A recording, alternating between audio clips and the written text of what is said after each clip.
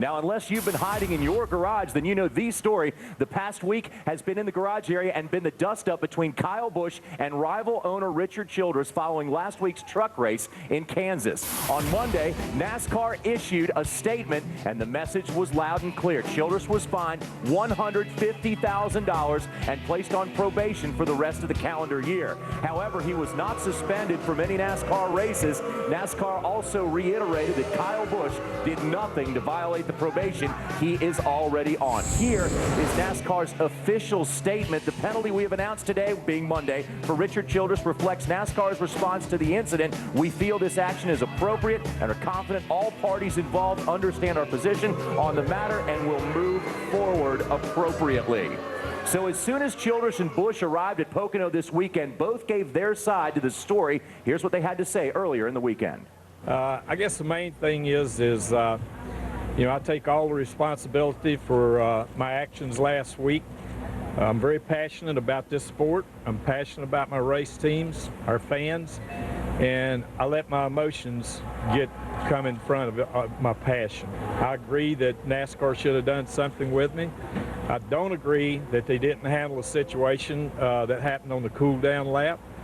And with that said, you know, we had a lot of fans to send in donations last week to the towards our fine. I'm going to pay it personally, and all that money that's been sent in, it's still coming in. We're going to donate it to the Childress Institute for Pediatric Trauma. At least in every bad situation, something good will come out of it, and hopefully Kyle and myself will both end up learning something from this. If he came to me and was so upset about it, I would have offered him money to fix it. You know, I'm an owner in this sport. I know there's going to be torn up equipment here and there sometimes, whatever. And that I will say that if I didn't roll out of the throttle, we both would have crashed.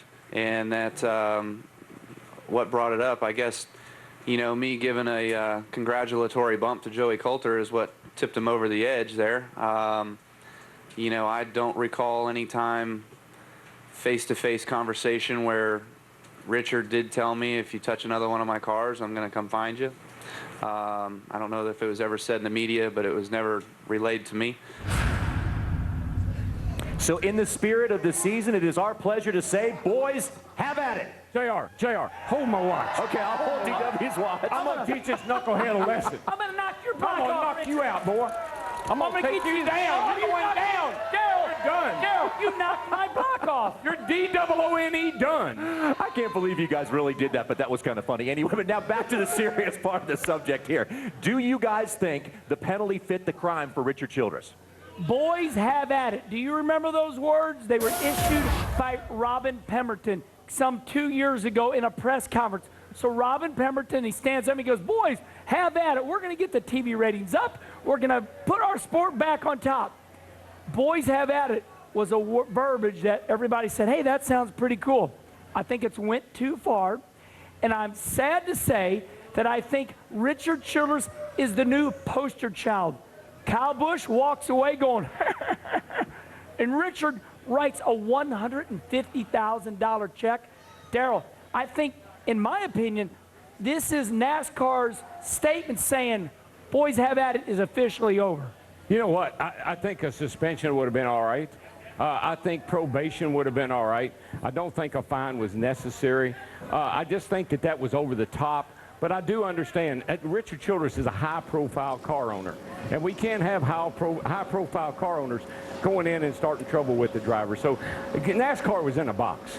They had to do something, and I guess this was the best thing they could possibly do. And NASCAR didn't necessarily say, boys, have at it. That didn't mean go beat the heck out of each other in the garage every day. No, you know what I wish NASCAR had done? I wish they'd have kind of just swept it under the rug. We've had precedents for this. Robbie Gordon and Kevin Conway fought in the garage at Las Vegas earlier this year. Nothing was ever said about that. So I think the people involved is what created this big fine. And we have to remember, it was in the 1970s, and Daryl was in this race. Remember the Bobby Allison, Cale Yarborough fight? That's what put our sport on the map. So I think some fighting, some controversy is good for the sport. I don't want it to leave, Daryl. So that leads us to this week's Twitter question, and it is, should Richard Childress have been suspended? We want to know what NASCAR Nation thinks. You can tweet your vote to @RaceDayOnSpeed. Just text yes or no. You can even give us a wire in, and we'll still know what you mean.